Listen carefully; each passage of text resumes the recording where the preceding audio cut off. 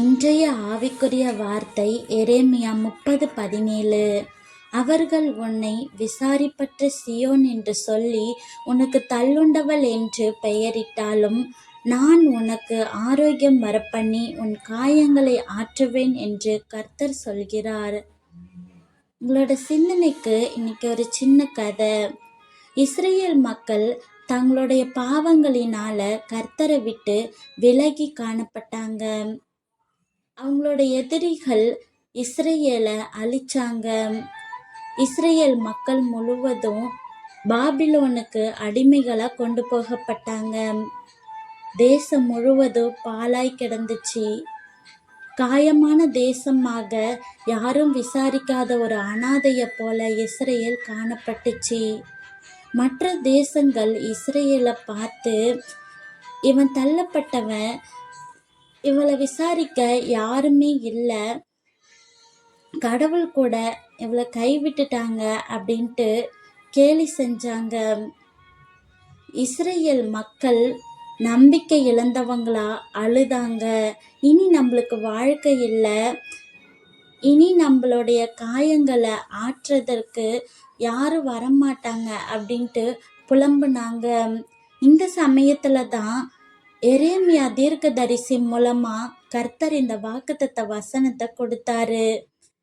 மக்களே, நீங்க பயப்படாதீங்க, நான் தான் உங்களுக்கு இந்த காயங்களை வர பண்ணினேன், நானே இந்த காயங்களை சரியாக்குறேன், உங்களுடைய காயங்களை ஆற்றுறேன், உங்களுக்கு ஆரோக்கியத்தை தரேன், உங்களை யார் தள்ளுனாங்களோ அவங்க முன்னாடி நான் உங்களை மீண்டுமா சேர்த்து கொள்வேன் அப்படின்ட்டு வாக்கு பண்ணினாரு.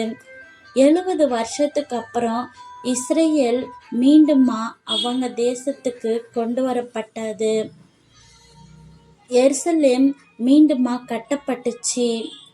உடைந்த தேசமா இருந்தது மீண்டுமா உயிர் பெற்றது. இதை கேட்டுட்டு இருக்க நம்மளோட வாழ்க்கையில கூட எல்லா சூழ்நிலையில இருந்தும் தள்ளப்பட்டவங்களா, உடைந்த சூழ்நிலையில காயம் உடையவங்களா, யாருமே நம்மளுக்கு இல்லையே அப்படின்ற நிலை வர சூழ்நிலை இருந்தாலுமே கர்த்தர் நம்மளை கைவிடாம நம்மளுடைய காயங்களை ஆற்றுவாரு, நம்மளை மீண்டுமா தூக்கி நிறுத்துவாரு, நம்மளுக்கு ஆரோக்கியத்தை வர பண்ணுவாரு.